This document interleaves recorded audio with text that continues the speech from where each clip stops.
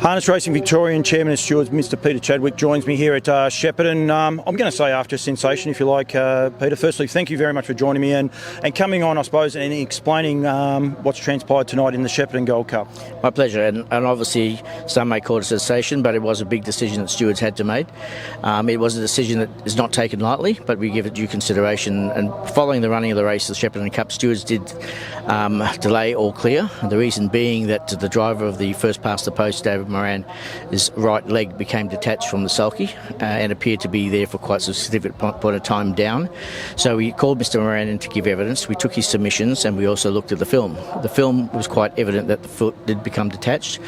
There was contact with the horse's hind legs on a couple of occasions. We also believe Mr. Moran's foot stayed in the vicinity of the horse's legs, which when you look at Australian Harness Racing 170, it deals with that in regards to horses becoming in contact with the driver's legs or the wet leg being in the vicinity.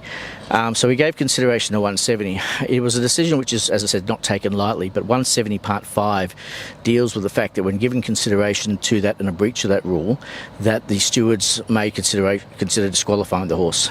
In the circumstances of the nature of the offence where the leg became down, did make contact and remained down for a considerable amount of time, stewards believed that the Rule 170 Part 5 should be invoked, and as such the horse was disqualified. There's no part in that rule that actually says the horse can be relegated. It talks about the horse may be disqualified. So enacting under that rule, that was the decision of the stewards, and as I said, it is a big race. We understand the impact it has upon those involved in the connections of that horse that was first past the post, but equally we have to be fair to all the other participants and administer the rules as they are. And it is what it is, and as I said, it's not an easy decision, but it's a decision that we have to make, and unfortunately that's what I get paid to do. Well, exactly, and one question for a start. Did James Herbertson protest or did you protest? I know James asked to look at the video, but who actually initiated the protest? He did ask to look at the film, however we initiated the fact after the running of the race. It was evident that the leg had come away, so we actually held up all clear for us to review the film and give consideration as to what action, if any action, would be taken. Mr. Herbertson did indicate that he would be considering a protest or objection, or the rules state. However, we did say that we would consider firstly, in terms of our determination, if there was any action to be taken or not taken, and then, if need be, we would allow Mr. Herbertson to give consideration to lodging an objection, which we may consider. However, in the circumstances, when finally considering the matter and invoking 170 Part 5 and disqualifying the horse, the objection was obviously moot, and it was what it was.